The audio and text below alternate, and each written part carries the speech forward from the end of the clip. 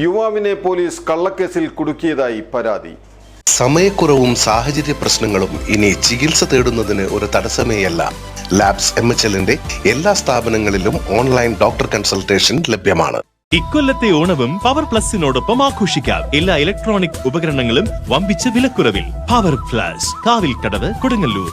കൂളിമുട്ടം അടിപ്പറമ്പിൽ കലേഷിന്റെ ഭാര്യ ഷിത കലേഷാണ് തന്റെ ഭർത്താവ് കലേഷിനെ പോലീസ് കള്ളക്കേസിൽ കുടുക്കിയതായി കാണിച്ച് മുഖ്യമന്ത്രിക്കും DGP ഉൾപ്പെടെയുള്ള ഉയർന്ന പോലീസ് ഉദ്യോഗസ്ഥർക്കും മനുഷ്യാവകാശ കമ്മീഷൻ, ബാലാവകാശ കമ്മീഷൻ എന്നിവർക്കും പരാതി നൽകിയത്.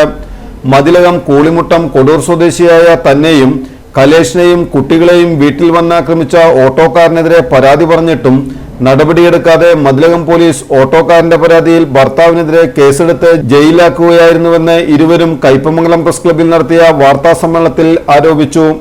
ആഗസ്റ്റ് 8-ന് ഓട്ടോ ഡ്രൈവർ തങ്ങളുടെ വീട്ടിലേക്ക് വന്ന് തന്നെ അസഭ്യം പറയുകയും തന്നോട് അപമര്യാദയായി പെരുമാറിയതും കണ്ട് അകത്തുനിന്ന് വന്ന ഭർത്താവ് ചോദ്യം ചെയ്തതിനെ തുടർന്ന് ഓട്ടോറിക്ഷയിൽ നിന്ന് ഇരുമ്പ് ദണ്ട് പോലുള്ള വടിയെടുത്ത് ഭർത്താവിനെ ഇടത് കൈമുട്ടിലും ഇടത് ഷോൾഡറിലും അടിച്ച് പരിക്കേൽപ്പിക്കുകയും ഭർത്താവിനെ കഴുത്തിൽ പിടിച്ച് കൊന്നുകളയുമെന്ന് ഭീഷണിപ്പെടുത്തുകയായിരുന്നുവെന്നും പരാതിയിൽ പറയുന്നു.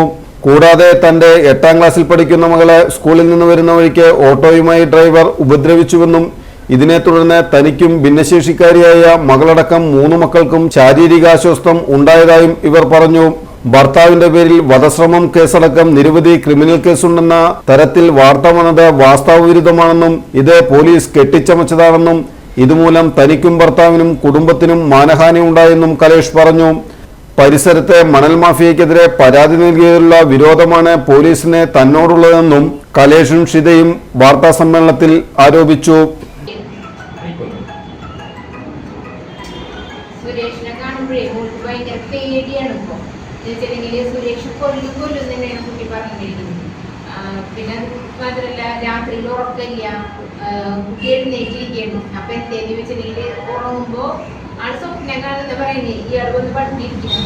അപ്പൊ അങ്ങനത്തെ ഭയം മൂലം ആൾക്ക് ഭയങ്കര തലവേദന വന്നു തുടങ്ങി. തലവേദന എന്ന് പറഞ്ഞിട്ട് വരുന്നത് ഫിക്സ് ആയിരുന്നു. എനിക്ക് മനസ്സിലായിരുന്നില്ല, ഞാൻ ഒപ്പിക്കലുള്ളൂ.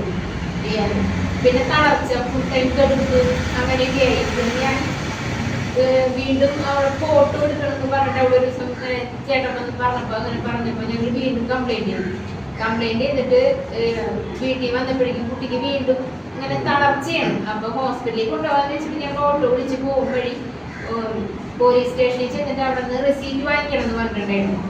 നമ്മൾ ആ റെസീറ്റ് വാങ്ങാൻ കയറിയപ്പോഴേക്കും കുട്ടി കുഴഞ്ഞ് വീണ്ടും തീർത്തും അക്ഷരയായപ്പോൾ ഞങ്ങൾ വേഗം അവിടെ നിന്ന് 108 ആംബുലൻസ് വിളിച്ചിട്ടാണ് നമ്മുടെ ഗവൺമെന്റ് ഹോസ്പിറ്റലിൽ കൊണ്ടുപോയത്. അവിടെ നിന്ന് അവര് എറണാകുളത്തേക്ക് അല്ലെങ്കിൽ തൃശ്ശൂർക്ക് വേഗം കൊണ്ടുപോകും. ഫെസിലിറ്റീസ് ഉള്ള ഒരു നല്ലൊരു ഹോസ്പിറ്റലിൽ കൊണ്ടുപോകും. കുട്ടിക്ക് ഫിക്സ് വരുന്നതാണ്, അത് അടിക്കടി വന്നുകൊണ്ടിരിക്കുന്നത്. അവിടെ നിന്ന് പ്രാഥമിക ചികിത്സ നൽകിയിട്ട് നമ്മൾ എറണാകുളം സൺറൈസ് ഹോസ്പിറ്റലിലേക്ക് കൊണ്ടുപോയത്. അവിടെ ചെന്ന് മെഡിസിൻ അവർ പറഞ്ഞു ഇത്രയും മെഡിസിൻ കയറിയാൽ പോരാ, വീണ്ടും കൊടുക്കണം എന്ന് പറഞ്ഞിട്ട് ആദ്യമേ ഒരു ഡോസും കൂടെ എടുത്തിട്ട് CCUയിൽ അഡ്മിറ്റ് ചെയ്തു. അത് കഴിഞ്ഞിട്ട് കുട്ടി ഡോക്ടറോട് പറഞ്ഞതാണ് കൂടുതൽ വിവരങ്ങൾ.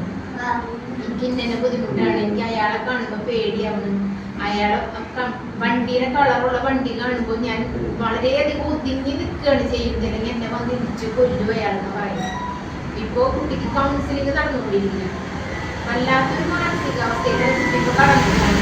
ഇത് പറഞ്ഞിട്ട് കേസ് കൊടുത്തിട്ട് പോലും അതൊരു കേസ് ഇതുവരേക്ക് ചാർജ് ചെയ്തിട്ട് പോലില്ല. അങ്ങനെ ഒരു കേസ് നമ്മൾ കൊടുത്തു പോകുന്നത് തീർന്നില്ലേ എന്നാണ് ചോദിക്കുന്നവര്.